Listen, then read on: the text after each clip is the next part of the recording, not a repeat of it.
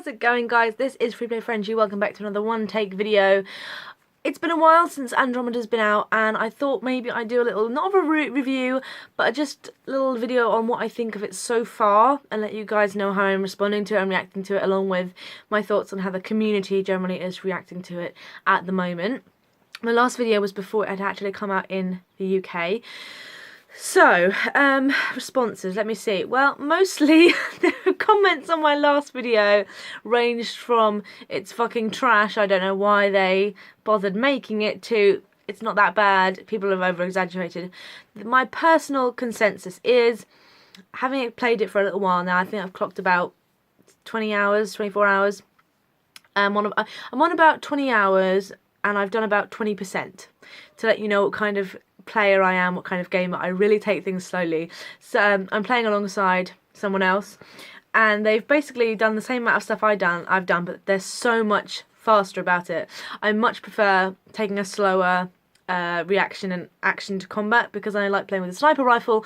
My aim and my goals will generally be to get as close, but no, to hang back as much as possible and see how many guys I can take out without initiating full combat. I like to be sneaky, and I like to take my time, so generally that's what I'll go with. Whereas their approach is much more to charge in and deal with it all, and it gets the job done faster. So they're ahead of me, even though we've done about more or less the same amount of time. But anyway, responses, I'm not really sure, to be honest, if I'm completely honest. Some people think they've completely over-exaggerated. Other people think it's the worst thing they've ever done, and to be honest, a lot of the old BioWare colleagues and people that have worked on the best games that we loved have disappeared. They've hired a whole new team who don't understand how BioWare works, who don't understand that the story and the characters and the decision-based gameplay is what we love, and they've forgotten about it, essentially. I would say it's been partially exaggerated, in my own opinion. It certainly feels like there are some things that could have been better, and I do think I'll probably say this at my final review, I do think it could have done with the 3 months more worth of polishing. I'm sorry, I look like I'm glowing a little bit at the moment in my video. And the facial expressions, I've got a list of good and bad here, so I'm going to tell you the good and bad. The good things of this game so far. The diverse planets. The planets are really diverse. I've only been on two planets, I think it is. 2 planets, nearly 3. And one planet really resembles Pandora, which I love. Pandora from Avatar. I love that. And although I'm not really a fan of EOS, just because it takes absolutely ages to drive from one place to the other, and the place is kind of boring. Besides that, they are very, very cool planets, and I like that. And diverse characters, I would say. I would say, actually, that a lot of the characters are very different. They all have different stances on things. They all react differently to you, have their own opinions, like Addison, who we all effing hate. But then, was she made to be written like we hate her? Was she made to make us hate her? Or was she just written badly? Who knows? And I will say this was a pleasant surprise. Jarl is not how I expected topless. And I haven't had sex with him yet, so this isn't me just being weird. There's a bit where you see him topless, and he is not how I expected him to be. And that was good, because I thought he was going to be much more human looking underneath. Much more sort of like broad shoulders, little waist, kind of triangle based. And he's not. He's not. He's kind of gross looking, so that was good. And I like the animals. There's lots of cool alien animals going on, and it looks very much like you're in another galaxy, and that's awesome, and that's all really positive stuff. So far, the story's been fine, and I've had quite a few decision-based experiences, but I'm not sure how they're going to affect things later on, or whether it's a big deal or not, because they look just regular. I mean, you know, you're making one decision and you're making another decision, and one's bad and one's good, technically. But you don't know what the impact is. That's the difference. You can't tell whether one's good or bad. When it comes to bad things, the facial animations are shocking, but it has been explained now by one of the ex-BioWare employees what's happened there, and that BioWare was planning to hit every single line of dialogue by hand to make it look legitimate, basically, look real. And because so much speech, so much stuff to do, they didn't get around to it, so they had a really bad base algorithm that's left all the characters with a kind of a weird look on their face. So that's the shortened down version of what happened. They ran out of time, essentially.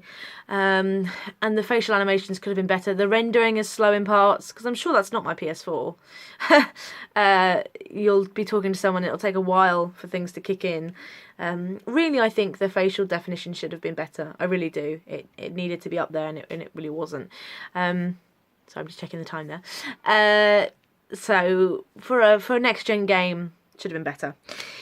PB is an equivalent of Sarah, which is a bit of a letdown. This is on the bad list. Sarah from Dragon Age Inquisition, those of you who have played that, she's basically the equivalent. They're not that different. And it's a shame because they could have made a better character than that. And I also want to know why PB doesn't look like all the other Asari, because all the other Asari look the same. Why they've decided to do that, I have no idea. All the Asari in the last game were different looking. You spoke to a different one every time, they were all different. And I don't know if that's because they were just taking the human female model, making her blue and changing her head and everything, and maybe that's how they got them to look different and altered it, or the human female presets or whatever and altered it. But all the female Asari look exactly the same in a bad way. Not in a good way, in a cheap way. And PB is basically the same as Sarah, which is a bit of a letdown, really. And she comes across as another Asari who's interested in ancient ruins, which is basically Liara, and no one can replace Liara, so... the last one here says crafting and development. I think it could be a good thing, and this will come later in the review, whether I think it's actually a good thing or not. I'm doing this now because it's going to be a while before I finish the game, so I wanted to get my thoughts out there. I think it could be a good thing, and I certainly like getting the rare stuff from the animals, emptying the caches, getting all that stuff around. That's all well and good, but there is so much stuff in terms of the Milky Way stuff, the Helios stuff, and the Remnant stuff.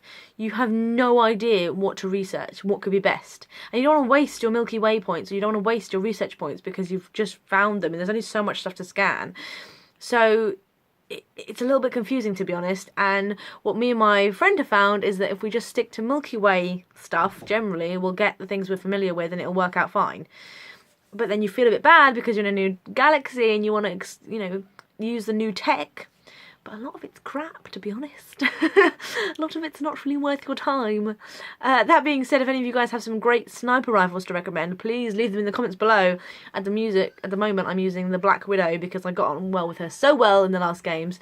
I've called her Bitch 1, so that's my gun at the moment. I love being a sniper rifle. I just love taking their heads off from like 100 meters away. They don't even know where you're coming from. You're just standing there. It's just so much fun. Anyway, so yeah, any gun recommendations, let me know. So I think it could be good. I think the crafting and development has potential. And it really drowned me in the first sort of whatever I was playing, first couple of hours. I was like, what the hell do I research? The same with the armour. There's so much choice in a good way, but like I'm just a bit, what the hell am I going to do here? So there we are. That's the consensus so far. I think it has potential, and I'm enjoying it so far. As long as I get a good romance, and as long as the story picks up and some interesting stuff happens, and there's a good conclusion and finale. I want a big finale, and then we'll go from there, and then we'll see. So probably not Dragon Age Inquisition in space, but maybe Mass Effect 2 in space? Maybe something like that? Or which was in space, but I mean in another galaxy. Let me know in the comments, guys, what you're thinking. Do you think it was over-exaggerated in terms of bad reviews? Or, luckily they're going to listen to us. They've already issued a statement saying they're going to bring out patches and make things better. And by the time of my second playthrough, maybe then it'll be wonderful and great and all the rest of it. So let me know what you thought, guys, in the comments. Please do leave a little like and subscribe if you'd like to see more of my face and talk to me about games. And let me know what you thought. And of course, find me on Instagram because that's where I always am, issuing updates and the like. So thank you very much for watching, guys. Let me lift you off here. Woo! My apologies. Be cool, be kind, guys, and I will see you in the next episode.